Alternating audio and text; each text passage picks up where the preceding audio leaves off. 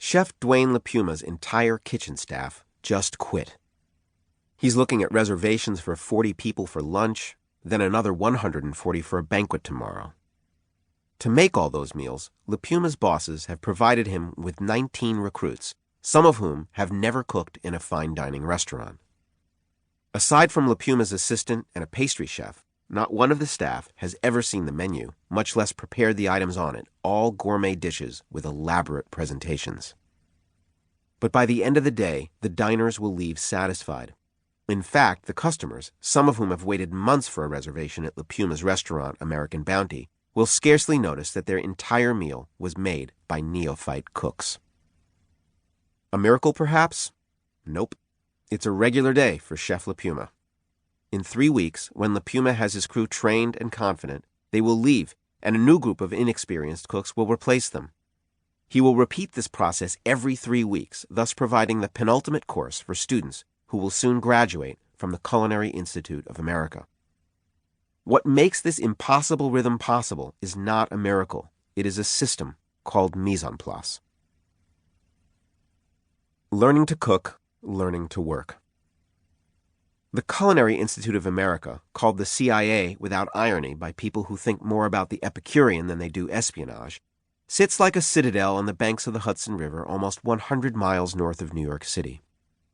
Its grand campus in Hyde Park, New York, centered around a former seminary, housing an average of 2,400 students, 140 full-time faculty, 49 kitchens, and 4 student-staffed restaurants, the CIA is among the world's most renowned culinary schools, with branches in Texas, Northern California, and Singapore. From the first day of classes to the last, CIA students will hear the term mise-en-place. It's on the lips of Tim Ryan, the president of the college, as he greets new enrollees. A few of the students may have heard the term before they arrived, perhaps in a kitchen for which they worked during high school or thereafter. Some will refer to their textbook, The Professional Chef, which provides the English translation of the term, put in place, and a definition: the preparation and assembly of ingredients, pans, utensils, and plates or serving pieces needed for a particular dish or service period.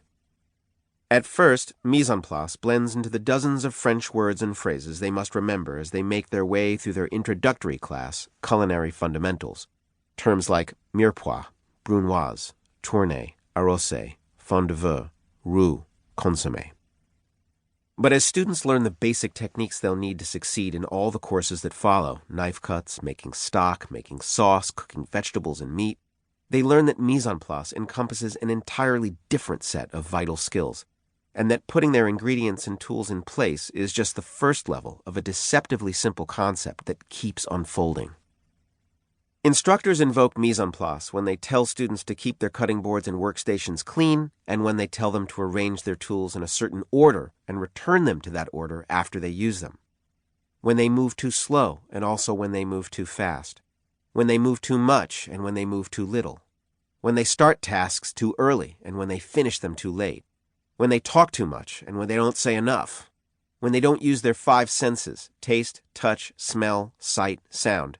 And when they fail to use their 6th sense, common. As the days go by, the chef instructors begin to talk about a deeper notion, mental mise-en-place, the idea that students can't master physical organization without first organizing their minds. It starts with the CIA timeline, a paper form that chefs expect students to use every day and master. In preparation for each class, students must list their needed tools, ingredients, and tasks for the day.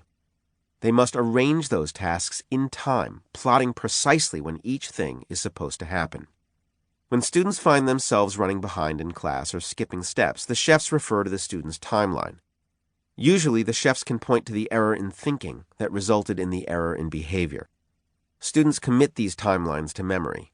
Then they begin to tackle planning on the fly, the mental work that allows them to move smoothly from one task to the next. Over time, mise-en-place begins to reveal itself as a set of values. Apprenticing oneself, getting to class early, not just on time, working with intensity, cultivating a sense of urgency, remaining alert, aiming for perfection.